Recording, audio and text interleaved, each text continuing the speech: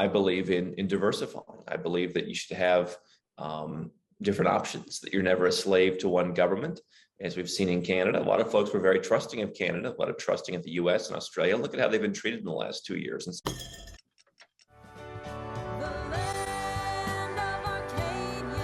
Well, hello there, my friends. Chris Marcus here with you for Arcadia Economics, and a fun call for you tonight, my time.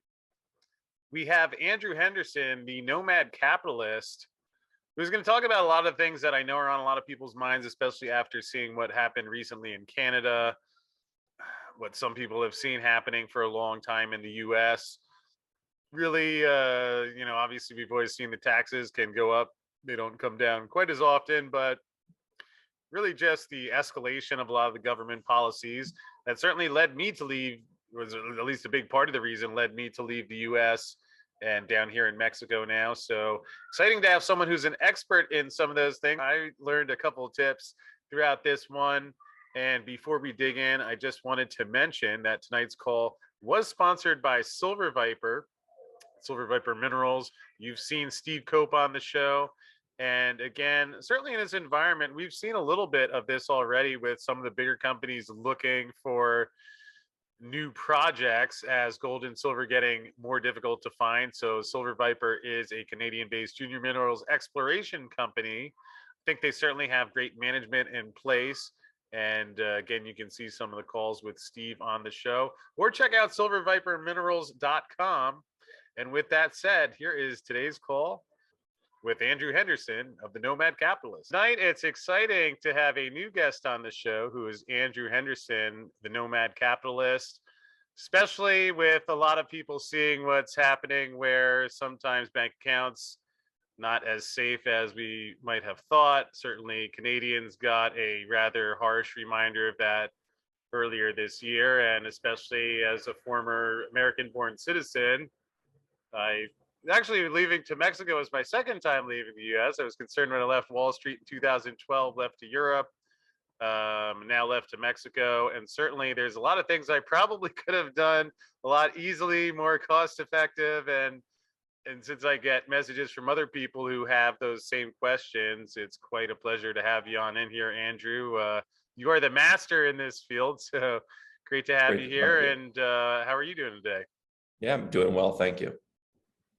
Well, perhaps to start, maybe you could give people a bit of a quick background on a rundown on your background, some of the experience you have, and then maybe we could get into some simple things that people could think about that actually could at least give them a roadmap to get started if they are looking to move somewhere and do it in the right way. Yeah, I mean, I got a great permission slip as a kid to go where you're treated best. That's what my parents told me, and so I took advantage of that, just starting a couple businesses in the US. I ended up selling those off, and I started a period of exploration. I was traveling for a number of years rather frequently, and I was exploring the fact that different countries are better at different things. Things work better in other countries. Interest rates are higher in certain countries. Real estate returns are higher. Women want to talk to you more in other countries, or whatever. I mean, and I said to myself, okay, I want to live a lifestyle where I travel around the world and I take in the best that it has to offer. And so for about a dozen years, I've done that, close to a dozen years. And I've been studying and kind of setting up my flags around the world, as it were, where I don't want everything to be based in one country. And so for about 10 years now, we've been writing and talking about my experiences doing that, my quest to obtain multiple passports, multiple residences, bank accounts, brokerage accounts, investments around the world. And so I've done that. We share information about that with people in our book, on our YouTube, on our website, at our conference. And I believe in diversifying. I believe that you should have different options, that you're never a slave to one government. As we've seen in Canada, a lot of folks were very trusting of Canada, a lot of trusting of the US and Australia. Look at how they've been treated in the last 2 years. And so we've been helping some of those folks get their second passport, for example. So now they have options. They don't have to listen to Justin Trudeau if they don't want to. They get to leave. They have a place to go. They have money somewhere else. That's what Nomad Capitalist is all about. Well, that makes a lot of sense, and certainly a handy skill to have at this particular point in time. And let's say we'll start in Canada. Let's say someone's a little concerned about that. I get people asking me about Mexico, and I know a lot of people talk about Puerto Rico, a whole bunch of other destinations. What are some of the ones? Obviously, it's going to be different for each Mhm. person, Right. but perhaps in the warm weather zones, what are some of the top places that people ask about that they have success going to? Well, I think we should get crystal clear on what it is that someone's trying to accomplish, right? You can say, I want to have a backup plan, but I'm going to stay in Canada. And I hear that a lot. If things get bad enough, I don't know. I mean, I've been watching this for 25 years. Things haven't gotten much worse over 25 years. I mean, it seems like they're probably pretty bad enough. But some people just say, you know what? Let me go and open a bank account overseas. So that's probably not going to be where you're going to want to live. Banking in Panama is a pain. Banking in Mexico, not a great idea if you have a lot of money. So I would look at, do I have a smaller amount of money and I want more user friendliness? Maybe I'm looking at Georgia or Armenia. If I want higher interest rates and I want to be a little bit closer to home, maybe I'm looking at Ecuador. If I've got a lot of money, I'll start looking at banks in, there's a select number of good private banks in the UK, Switzerland, Liechtenstein, not a lot, but a select number, Singapore. So that's maybe where I want to put my money. If I want a brokerage account, I can do that in a number of places overseas. If I want to invest, maybe I want to buy a property somewhere else. Well, that I would say, could be a property in a place like Istanbul where it can lead to citizenship pretty quickly. It may be in a place where you want to live, which obviously is highly selective. So I think that there's so many different aspects of your life. The goal here is not that we're going to pick one new country and move there. When my father first started talking to me about this stuff back in the mid 90s, and he saw the writing on the wall that has come true today. Back then, the idea was you could not arbitrage as much as you could today. Hey, let's go to New Zealand. That seems like a better place to go. And we didn't ultimately do that. But now in 2022, you don't have to simply move everything to New Zealand. So I think Latin America offers a lot of great immigration opportunities for Canadians in that if you have a salary in Canada or if you own a business, chances are your income is high enough to qualify for what most Latin American countries have in terms of residence programs, which is a salary-based or an income-based program, from a pension, from a social security check, from a job, whatever. They can be very flexible. So if you make anywhere from $800 to $3,000 a month US, you can go and get residence in quite a number of Central and South American countries. But are you going to do everything else there? And my answer is probably not. If you're running a business, you're not going to incorporate in Costa Rica, even though it may be a good lifestyle place and it may be a good personal tax destination. You're going to go incorporate somewhere else that works with Costa Rica and that they respect that that's not under their jurisdiction to tax. So I think that the question to ask yourself is, am I looking to back up my assets to just have some diversification? That's not going to be in Latin America. But Latin America may be a place where you move to have the same time zones, to be close to home, to have maybe a similar culture. Mexico is kind of the closest thing to the United States that they can probably find in many ways. So it's about understanding what you're doing.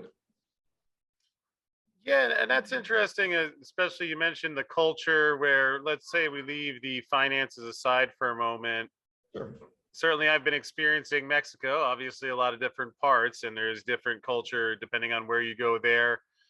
For someone perhaps like myself or a Canadian or American where they're looking for some place, again, leaving the money aside, but just where there's less, all right, there's going to be someone trying to force you with their particular COVID policy, or just the less of the intrusive day to day. I found that's one of the things nice about my experiences in Mexico, that it's easier to just not feel as hassled. There's not like a SWAT team or, when you see someone get a speeding ticket, like 3 or 4 troopers, where it feels like very uncomfortable at times. So from that perspective, where are some places people might want to consider? Everywhere. I mean, in all honesty, I call this soft freedom, right? I mean, people in the US, for example, would always say, well, we have the Constitution. Now, forget the fact that they don't follow it anymore and nobody seems to care about the rule of law, and they just take people's stuff of all stripes with impunity, and then they give it to some good cause and people treat them like heroes. That's not the rule of law. That's a thugocracy. But, the soft freedom is where you just feel a difference. The one place where I've really felt like they were kind of hassling me was in Bangkok, in Thailand. I know a lot of people like Bangkok. I'm not trying to change anyone's mind. If you like it, I'm happy for you. But I felt that that was the one place overseas where the soft freedom didn't really exist. Maybe China has become worse. I used to spend a lot of time in China. So perhaps that's changed. But, I mean, you go to Central America, people are generally leaving you alone. The other region in the last couple of years that's been pretty open is Eastern Europe. Now, none of these places are perfect, but I think what people do is they say, well, it's not perfect, I might as well stay here. But when you evaluate the idea of soft freedom and you realize that you really don't get hassled, I walk around in Asia, for example, where I'm at now, and I just don't get bothered. And even during some of the most aggressive times that I've been here over the last, nearly a decade, nobody really bothers you. They just don't. And so to me, that's a benefit that you can't really see until you experience it. It's not written somewhere in a constitution, but it's just part of the more laid back culture. When we do citizenship by investment for folks, they've got to disclose every arrest, every criminal conviction, everything as part of the due diligence process. And what do we see from Americans? I urinated next to a police car when I was 19 years old. That's on the list. And I've got a team in Serbia and other countries in that region, and they laugh their heads off when they see this, because they're like, yeah, we do stupid stuff like that here. No one ever takes us into jail, books us, sends us to the whole court process and makes a big to-do out of it and then publishes it in the newspaper. Like, what's wrong with you guys that like everything is so formal, obviously if you kill someone, you're going to jail. But if you urinate in a bush, they're going to say, listen, all right, get out of here. And so I think that pretty much everywhere, quite frankly, outside of the Western world, and even probably in some Western European countries, it's kind of intermediate. The US, Canada, Australia are some of the most aggressive on planet Earth. And I don't know how to show people that until they get out and see it. Yeah, that I appreciate you mentioning that, because it's one of the things people don't think about yet. It's sad that I feel that way about America, where I grew up. Yet you notice, and it's tangible and worth. At least for me, there's some monetary component I'm willing to pay for just to have that peace of mind. So I appreciate you sharing and touching on that. What would you say in terms of how you mentioned before the capital flight, which is something that I think there's mixed perspectives. People who've always worked for a corporation see it one way, but certainly, especially for me going through the entrepreneurial process the last couple of years, all of a sudden when you see what it goes through to be in the position where you're creating jobs or have to do this, usually of which government is not anywhere to be found helping in any manner. And now we see the way inflation and all these other economic conditions are building. And I've wondered if we won't see more capital flight out of the US, unfortunately, but obviously you've seen that in a variety of places. What are you expecting there? Well, listen, I'm not in this bandwagon where the US is going to collapse into a puddle tomorrow. I know some people would like to see that, but that's just not the reality. What I think you're going to see is marginal increases in people like myself who leave the country, and people who even give up their citizenship, because the US is, at least for now, the only country that does track you around the world and regulate your business, enforce taxes on you. There's ways to dramatically reduce them, if not eliminate them, being overseas. So don't think that you can't save money by moving. But people are leaving, and I think that trend is accelerating. You have a long, they don't necessarily keep waiting lists, but you've got a long de facto waiting list at a lot of embassies around the world, people trying to get out.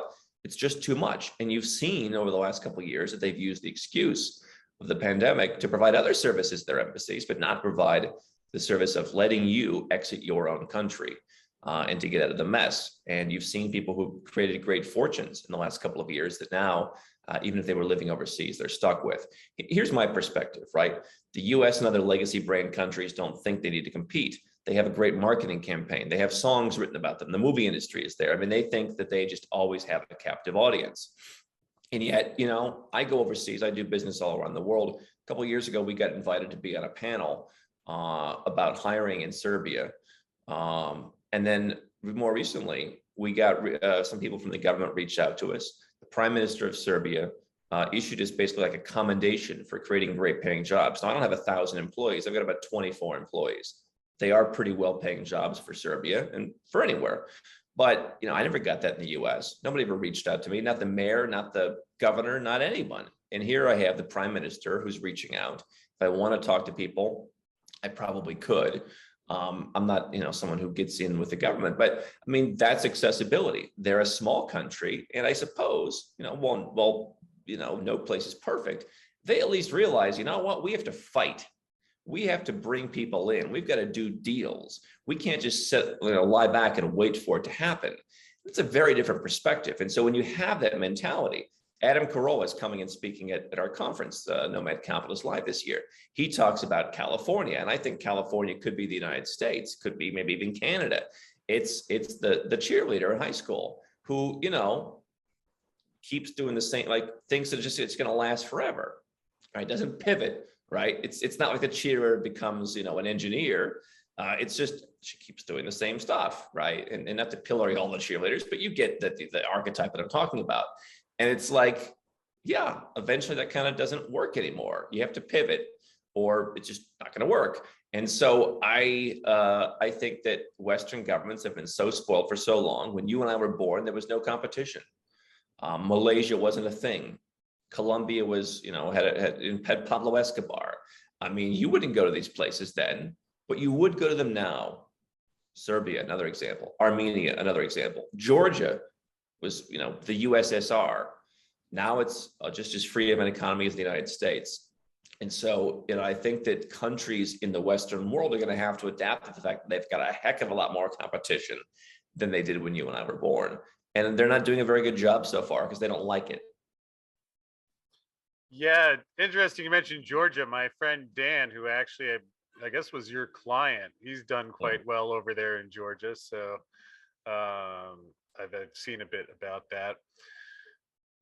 In terms of the gold and silver, anything, especially people that have gold and silver, obviously there's a variety of ways of holding it. Some people have physical, obviously there are storage facilities, but that's a big topic that a lot of the folks who watch our show are interested on. So anything you can touch on there.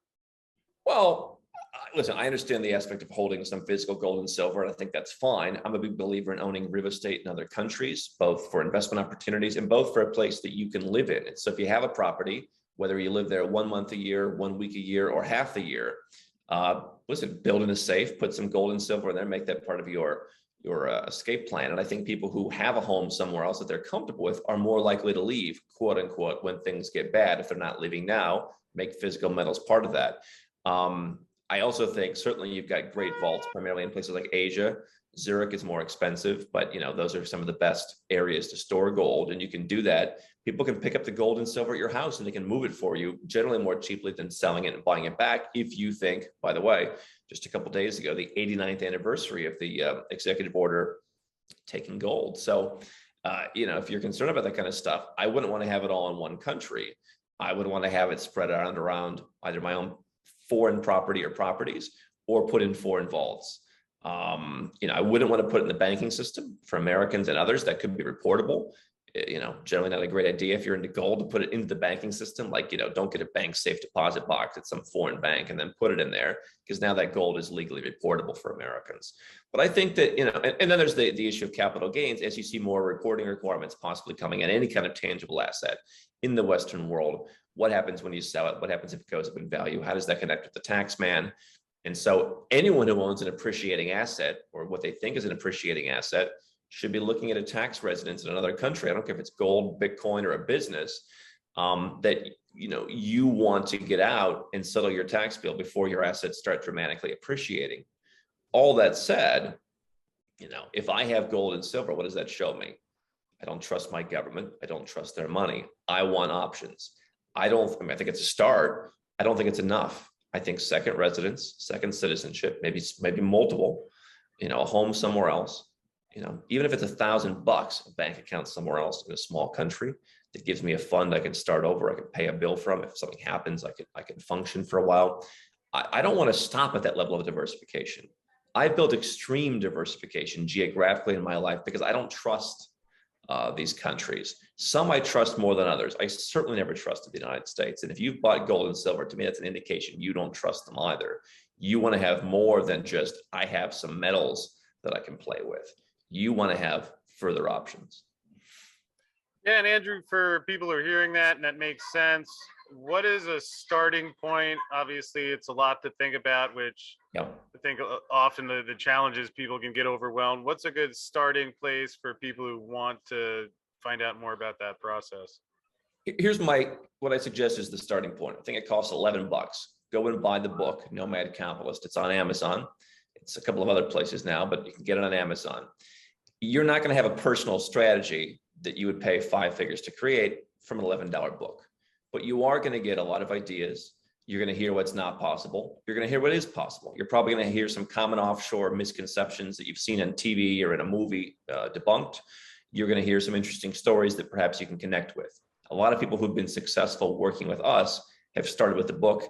You can go and watch, 1,800 YouTube videos or read 1,600 blog posts. We've put that content together over the last 10 years. But I think in terms of aggregating it into one place, that you can kind of get the vibe and decide if this is for you or not, I would start with the book. Then I would dive into the free content. And if in what we do, after all that is we work with 7, 8, 9-figure entrepreneurs and investors. We help people create custom plans that span sometimes 7 or 8 different jurisdictions that no one else can do that. I built these contacts and I built an in-house team over the last number of years. That's not easy to build. And so we help people do that. It's at nomadcapitalist.com. But certainly I think the best place to start is the 300 and some page book, just to kind of get the feel. Yeah, well, I appreciate that. I think that is a great starting point, especially sometimes just aggregating all that information in one place so someone can decide what's right for them. And Andrew, perhaps before we wrap up, could you let folks know where they can find you, the website, and just read more about the services that you offer if they are looking for help with that?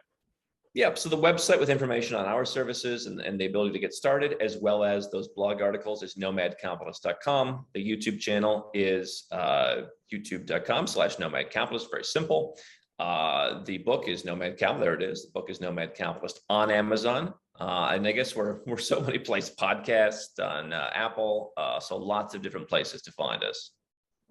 Yeah, and I might add, certainly it's some nice images there, seeming very free as opposed to certain other things we've seen earlier this year. But I did have 2 friends. One friend who was just learning about silver, and she had been through your program and was asking me about it and led me to find my friend Dan, who had also gone through there. So Yeah. I have heard great things about what you're doing. I appreciate that you're sharing this experience with people, because it is something that's on a lot of people's minds now. So thanks for joining me, and appreciate what you're doing out there, and I'll look forward to staying in touch and following your success. My pleasure. All right. Well, thank you, Andrew, and thank you to everybody else for being here and watching today's show.